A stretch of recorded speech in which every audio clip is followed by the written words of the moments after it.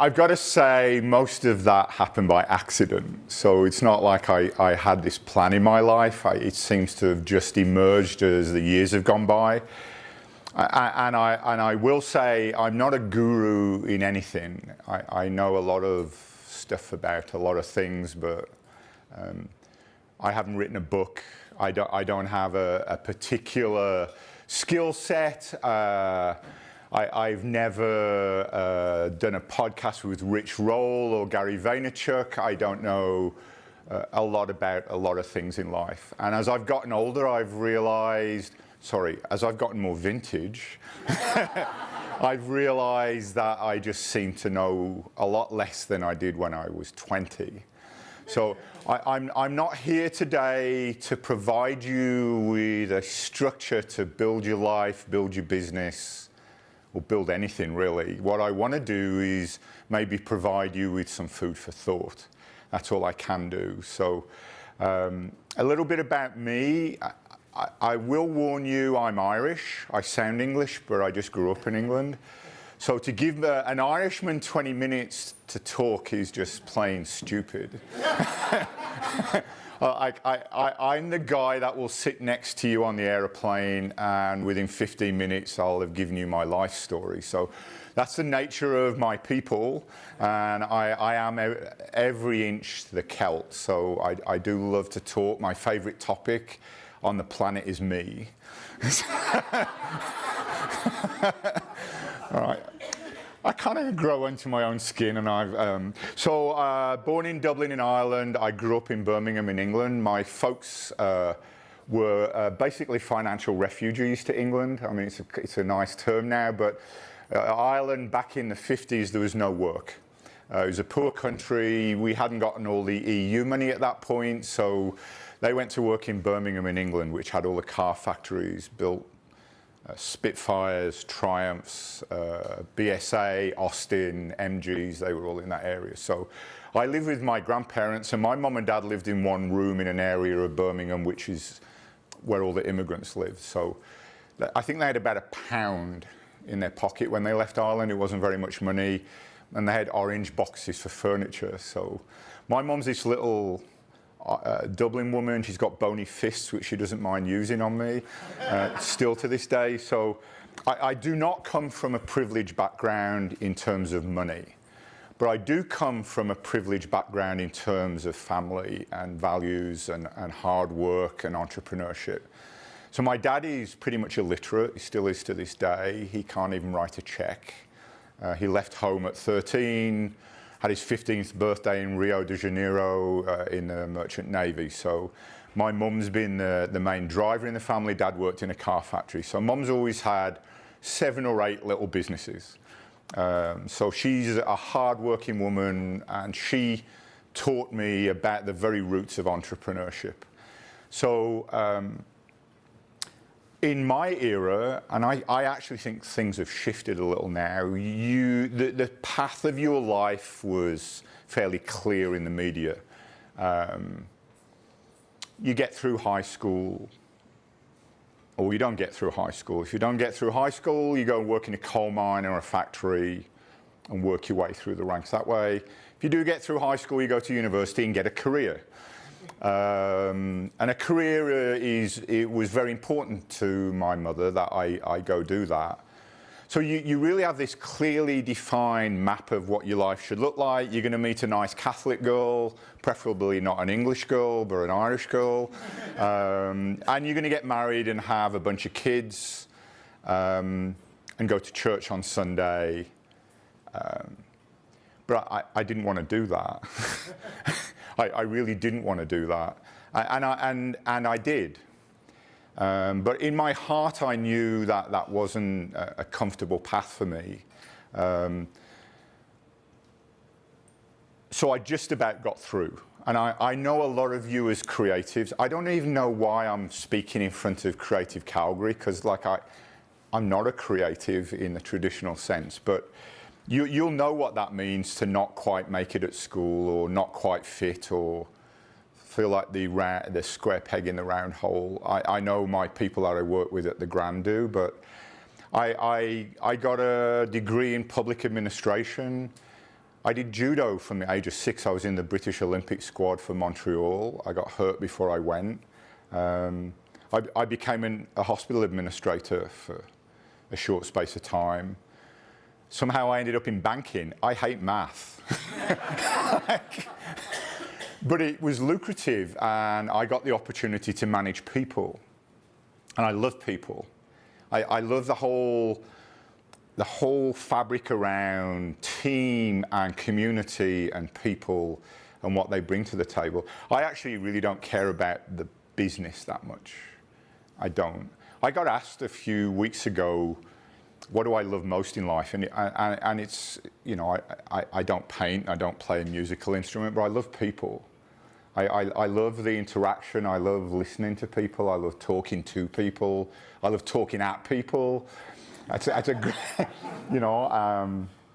So I really seem to have this map of my life laid out in front of me. I met a really nice English girl, much to the consternation of my Irish family, and got married and had a couple of kids. And I had a great career in banking. I was making stupid amounts of money for what I felt was really not a great deal of effort.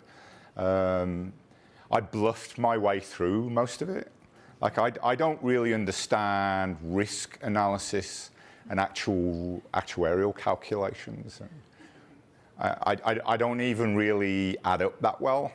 I don't really understand the business world all that well. I can read a profit and loss, I can read accounts, but I'm not that interested in it. So, you know, I ran a business that was, we had whole departments of risk management. Now, any of you as an entrepreneur who have a bank will know that their risk analysis and their risk management basically means they will lend you money when you least need it, right? And I went on to work in the insurance industry, and our whole industry is around how do we not pay? How do we not take risk? How do we charge you when you most need insurance? So the cheapest insurance is when you're 25 and you've got no health risks. When you most need it, when you start to get more vintage, you can't afford it anymore. So it's a whole, they're two industries that don't make any sense to me. I don't know if they make sense to you, but you know, I came to Canada in '96 on a 3-year executive exchange, and I needed a credit card. So I had 25 years of credit history, which is pretty spotless at that point. I worked in a bank, I'm not allowed to do anything else. They wouldn't give me a credit card here because they felt as a new immigrant I was too high a risk. And I actually had it printed off. So what do I want to talk about today? One of the most challenging parts of my life has been living in the moment. Like, that sounds really woo-hoo and spiritual, and you know, how does that even apply in the business world? It is the biggest challenge I've faced in my whole life, is living in the moment. You hear it in all sorts of Buddhist teachings. We've got gurus and self-help books and videos that try and teach us how to do that. It is well nigh impossible for most of us ordinary human beings to engage in that. I can meditate for about 3 or 4 minutes. It's taken me 20 years to reach that point. Here's Tony as a human being meditating. Like, I get pissed off because I'm not meditating. I get pissed off because I don't have a discipline in the morning to meditate. That doesn't even make logical sense in the meditational world. So, you know, that's where I'm at with that. So I just want to talk through some practical things that I've had to learn in my life. So my early life is mapped out for me. Lots of probability. I work in banking. You know, we calculate every risk. That's my job. You know, like every month I send in risk analyst reports. We report on our delinquency. Why isn't this guy paying his loan? Well, he lost his job. You know, those kind of stupid discussions. So life looks great for me. You know, I'm making a pile of money. I get transferred to Canada on a 3-year executive exchange. It's wonderful. I've served time in the army. I've been a military officer. Like I'm a switched on, in control, disciplined guy. I wear expensive suits. I drive a BMW. I now own a house on the beach in White Rock. Right, it overlooks the San Juan Islands. My wife worked for Estee Lauder. Right, beautiful woman. I've got 2 lovely kids. They're in Catholic private school. I travel backwards and forwards to Europe on business class. I got it made. Like everything that you could possibly conceive of in life that you might want materially, I've got it. But I drink.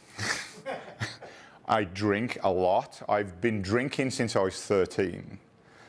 So Valentine's Day 1998, I've been in Canada 2 years. I get drunk. I'm not a violent drunk. I don't fight. I'm more of a lover than a fighter. I like to talk and I'm drunk and I get myself into situations. But I've learned over the years that a glass of wine or a beer after work relaxes me. I am not judging alcohol at all here, but this is just my story.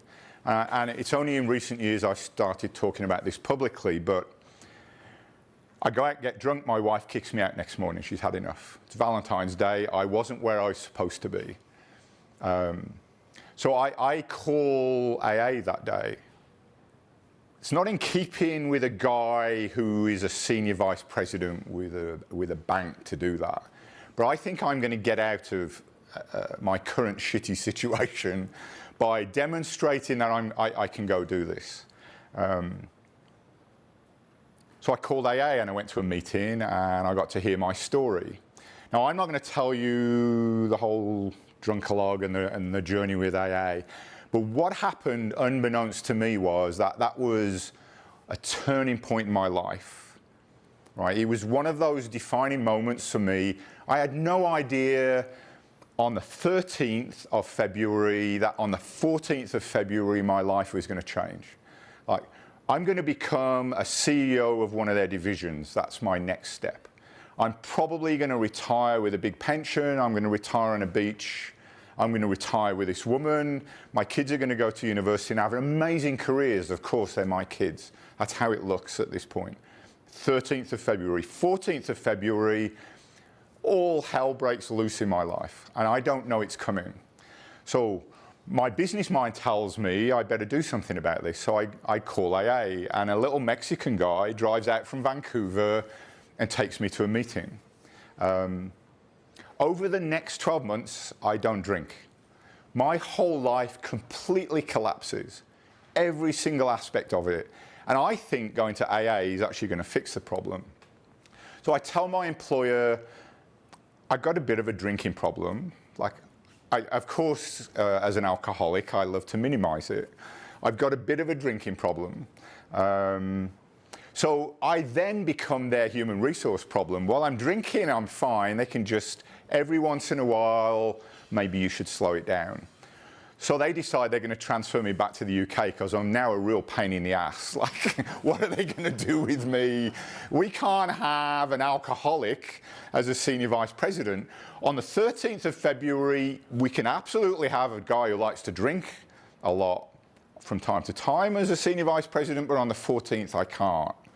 So, I then lose my marriage, I lose my home, I'm living in a motel that would be really described as retro. Nice lino.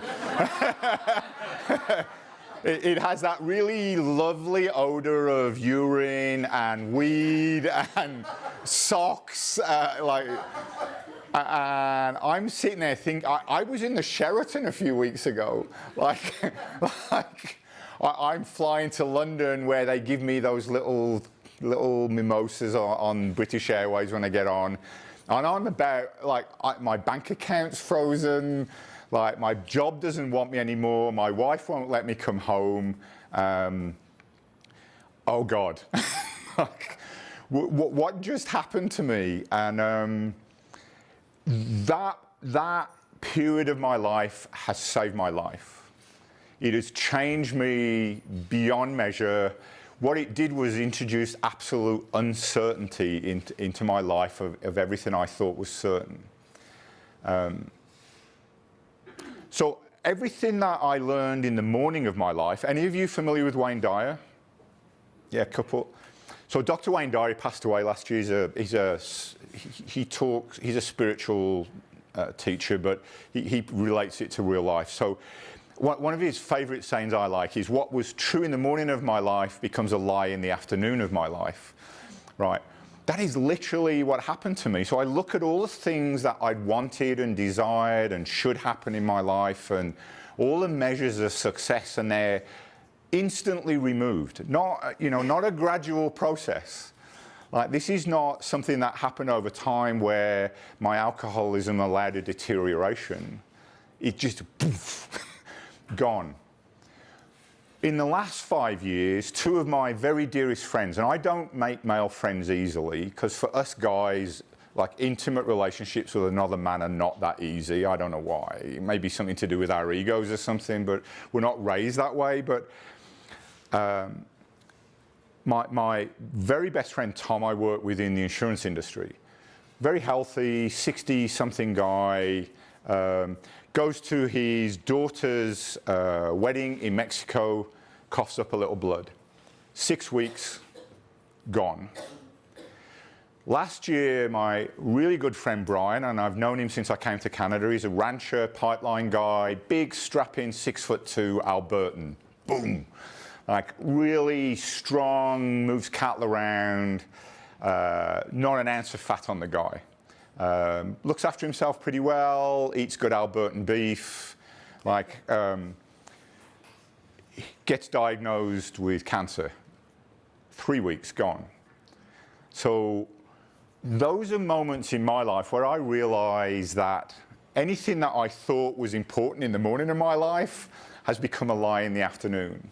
So job loss, marriage loss, material loss, all pales into insignificance when we look at our life loss.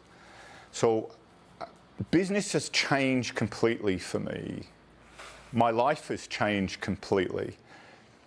I'm now a few years sober. I'm raising 2 children on my own. My ex-wife passed away. She didn't expect to die at 48. She didn't expect to pass away. I already had full custody of the children, but she didn't expect to pass away. She went into the bathroom to have a cigarette and a cup of coffee and had a heart attack. Right. So I'm now divorced. I'm working in insurance. I would want to go back into insurance, but I needed to put food on the table. 2 kids, full time.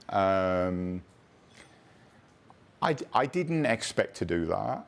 I don't remember sitting at home or at high school thinking, you know what I really want to do when I get to my 40s is I want to be sitting in a basement with a bunch of old people at an AA meeting. I didn't want to do that. I remember that wasn't one of my ambitions. I did not set out to be living in a rented house with 2 children full time. I don't know how to switch a goddamn washing machine on. Like, I couldn't boil an egg. And I've got a 13-year-old daughter and a 10-year-old son living with me now, fully dependent. Like, I didn't expect to do that.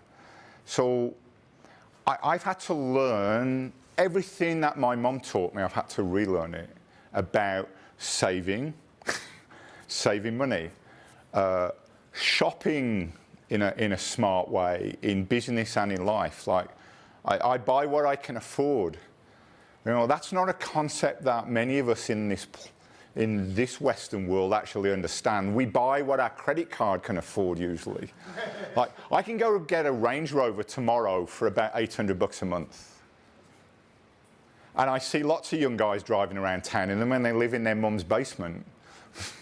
Right. I can do that, but I had to learn how to run my house in a responsible way. So I've learned some challenging lessons because of that. I've learned to think about what defining my success in life is and what is winning. Winning was being better than the next guy. Winning for me these days is a whole different ballgame. I met my current wife, Marcy, and And I have no idea why she's married me. I have no clue whatsoever, none. So when she met me, I was her boss. I'm a recovering alcoholic. I'm divorced. I've got 2 children full time. I'm 18 years older than her, and I'm a boss. Right. She's 44. She was at that time 29, a lawyer, unmarried, never had kids. I have no idea what possessed her. But we've been together 15 years now. It is a totally unmatched marriage on paper. Right? My resume is pretty shitty. We've been together 15 years and we've worked together the whole of that time. And we've never had a fight. That sounds unhealthy. But when we have a balanced relationship with no scales in our house, so if there's washing up to be done or a bill to be paid, that's just the way we've fallen into it. So we have both embraced uncertainty because together, Marcy and I moved into the entrepreneur world with a group of investors. So we set out to build a title insurance company. I won't bore you with what the hell that means, but it's a business that requires around about $50 million in investment to even start. It requires the federal finance minister's sign-off, and it requires to have a major insurance company as our underwriter. And we did it from our living room in Calgary, the 2 of us. We did all of that. We've pitched on Wall Street and in Bay Street and in London. We launched it. We got bought. Amazing. And I'm now 15 years sober, right? It's amazing. It's the entrepreneurial dream, right? We get hired back to run their operation in Canada. So we're making ridiculous money again. I'm back where I was in my 40s. Like I'm back where I was when I got sober. I haven't learned a goddamn thing, like despite my journey at that point. So we're running our operation in Canada. Marcy's the COO, I'm the CEO. We'll launch nationally. Business is going gangbusters. Their actuaries decided they don't want to be in Canada anymore. One afternoon, they arrive in my office in Calgary here, and we're closed. So 5 years of our entrepreneurial journey that we'd invested our heart and soul and emotion into was gone that afternoon. So I still hadn't learned my lesson at this point. Nothing is certain. My path looked awesome. Like everything was planned out and strategized, as our president down in the US liked to say at one point. It looked certain. On that point, who would have thought he would get elected? We're talking about uncertainty. The whole grabbing thing in the bus thing, I thought that day it's over. Had to be, but it wasn't. So like the world really is uncertain. So our business disappeared between 9 a.m. and 10:30 a.m. 5 years ago. Gone completely. So my wife and I have now embarked on a journey of I really don't know what the future looks like. I don't even know what businesses I wanted to be in. We did not know what our future looked like, but we knew our future as a couple and in our personal life was solid. We knew what we wanted from life, and that's good friends and good family. We have a nice little home in Crescent Heights. It's like a tiny little yellow bungalow. We love living there. We love road trips. We own a little resort in Mexico. I love being on the beach there. Zawataneo. I know what I do love to do, and I know now what I don't like to do. But the rest of it is completely open. Completely open. So what happened, we did consulting for a while. We helped stuck companies get shit done, basically. We have run retreats right across North America. We did a management retreat for Aveda a couple of years ago in Minneapolis. How the hell we ended up working with hairdressers, and there's 200 of them in Minneapolis talking about spiritual growth in business, I have no clue. It was one of the greatest experiences of my career. And yet, in my mind, these young creatives I look down on them in my business career. Right? They're hairdressers, so they're clearly high school failures. Why the fuck else would you do that? So I have gone through this incredible learning curve when I let go of what I thought was certainty. What I thought was my path. What I thought my future looked like. We went on a road trip last year. We went hiking in Zion National Park in Utah. And while we're driving down there, and we love road trips, and long ones, we do 6 weeks sometimes, we both said, are you enjoying this consulting shit? And both of us said, no, not really. Not really. What is it we want? And we both said we felt we had no real impact on the world around us, and we had no purpose. And we had to sit and think about what is purpose? What does that actually mean? So we're great in the car. We have our Post-its, and we're posting up around the car things we don't like to do. That was our starting point. And that's one of the lessons I'd like to take away with you today is start with what don't I like to do. And I will regularly compromise that when money's involved. I will. It's my natural survival instinct. I lived in a goddamn motel.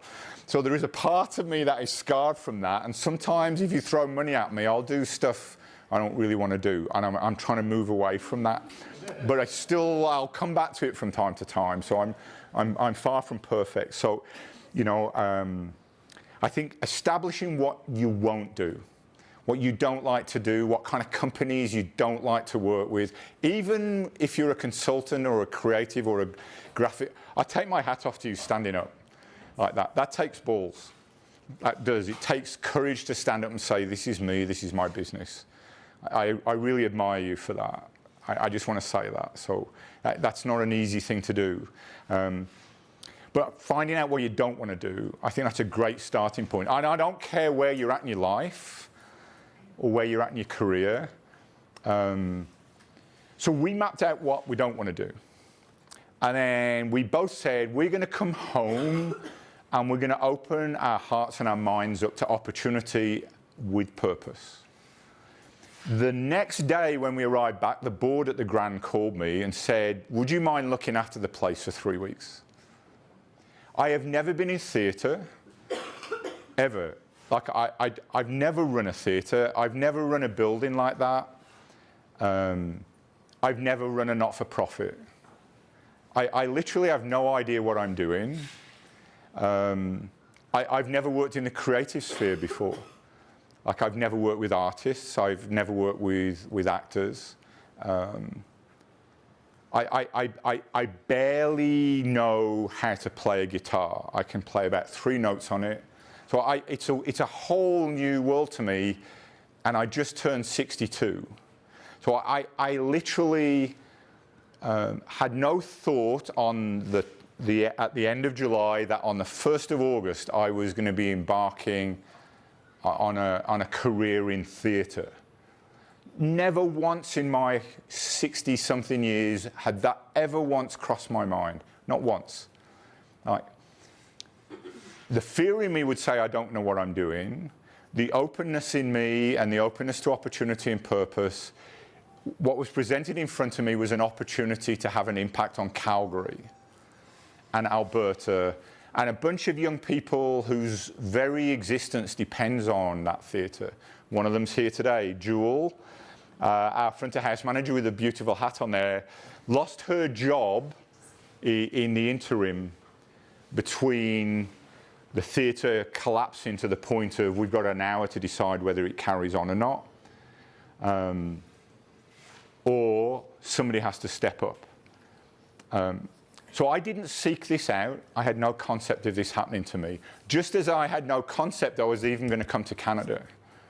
Like, I got a call to say, do you fancy going to Sonoma in California and running our operation down there? I meet the CEO from Canada in Chicago while I'm signing my contract, and he said, do you want to go to Vancouver? I said, sure, I don't know where it is, but yeah. I end up in Canada, and this is where my home is. So How I've ended up in theatre, I don't know. So how do these things happen? What steps can you take in your life to embrace uncertainty? So start with, I don't want to do these things. Literally, I don't want to do these things, but I'd like something with purpose. I don't even know what purpose means or what that looks like, but I do love working with graphic design, or I like working with people, or I love photography. If you follow that, if you follow what you love, money will follow you, not the other way around. That's an important step to take. Now, that may mean that you don't drive your purpose to the point of bankruptcy. You have to learn from my mum. She side-gigged her whole life. Like, so you may have to work in a bar or clean tables. Like, you might have to go and drive an Uber. You might have to take a Stampede job. You may have to do that. I have side gig consistently since I got sober. I never thought I needed to. In January this year, ever heard of Kelly Straight? He runs Mode Models, right? Some of the supermodels have worked for him over the years. He's been through his own shit. He got hold of me on Instagram. I'm 62 years old on Instagram, right? And said, can I represent you? And I actually said to my wife, who the F is Kelly Street? And I side gig for him. I just did Banff Springs fall campaign with a different wife. Right. So what I'm saying to you today is you can have your purpose. You can have your dream, right? But at the end of the day, the only certainty you've got is that you're going to die. Like, none of us are getting out of here. We try hard not to, but none of us are getting out of here. So Buddha says the trouble is you don't know how long you've got. So I'm really encouraging you to take a step back a little bit and open your hearts to your purpose and open your hearts to opportunity. And don't be too proud to gig. Right? It doesn't matter who you are or your background. Don't be afraid to gig. I work with a very wealthy young man, lives down in LA. He's got this big family fortune. And we've been talking, he's pissed off with life. Like, he has money coming out of his yin yang. Like, he can go buy a Ferrari or whatever he wants. He's pissed off in life. The reason he is pissed off with life is his mummy feeds him money. He's nearly 30, and his mummy feeds him money. So money is not the solution. He has as much as he needs. He doesn't have to work for it. But he's now working in a bar. He's getting some independence from his mummy, and is the happiest time of his life right now. It's his own money, in his own apartment, as scuzzy as it is in LA. So I am no guru. I have broken nearly everything in my life. I've messed up umpteen times. I still could not describe to you what my career is. I don't really have one. Somebody asked me earlier about career. Most of it's been accidental. I don't know how I ended up in banking even. I've had lots of money and I've had no money. I've been equally unhappy both ways. I've had no money and sufficient money. And I'm probably at the happiest time of my life. Like, I truly feel quite comfortable in my own skin now. I'm not an anything. I'm not an anything. I'm definitely not in the arts. Like, I run an operation within the arts, and I can facilitate a lot of creativity to happen. I can help that. But I'm actually a servant to the artists in our community. That's my job. My job is a servant to my team. My job is to provide them with a healthy, happy and safe environment for them to flourish and give them all the tools to do that. So I'm not an anything anymore, which is really weird, you know, because when people ask you at a party, what are you? I'm a senior vice president in HSBC, don't you know? As if that has some status to it. It really doesn't. It really doesn't. What is a vice president? I don't know. I don't know what that even means anymore. I mean, I'm not even sure what that describes. Like, I don't know what that role is. What does that job even mean? I ran a team, progressively bigger. So please today take a moment when you leave. If you don't like my personality, go home and get on your knees and thank God he didn't give it to you. Because I have to live with it, and so does my wife. But if you could just bear with me a little bit, I'd like to just play a little bit of video for you. It is something that my wife and I have discovered, and we've played it on a number of retreats that last 3 or 4 days. But what it will do is just give you a moment to reflect on what is really important.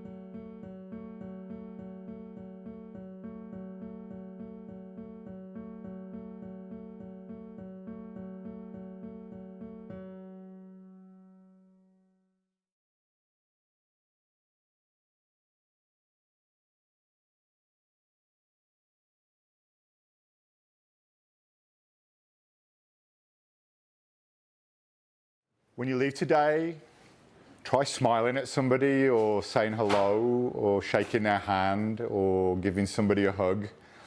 That really sounds bizarre coming from a guy who spent half of his career in banking, but the influence that you individually have on people in your life and in your business world is critical. So thank you for allowing me to share my nonsense today. I hope you got something to take away to think about, and I really appreciate being at Creative Mornings. Thank you.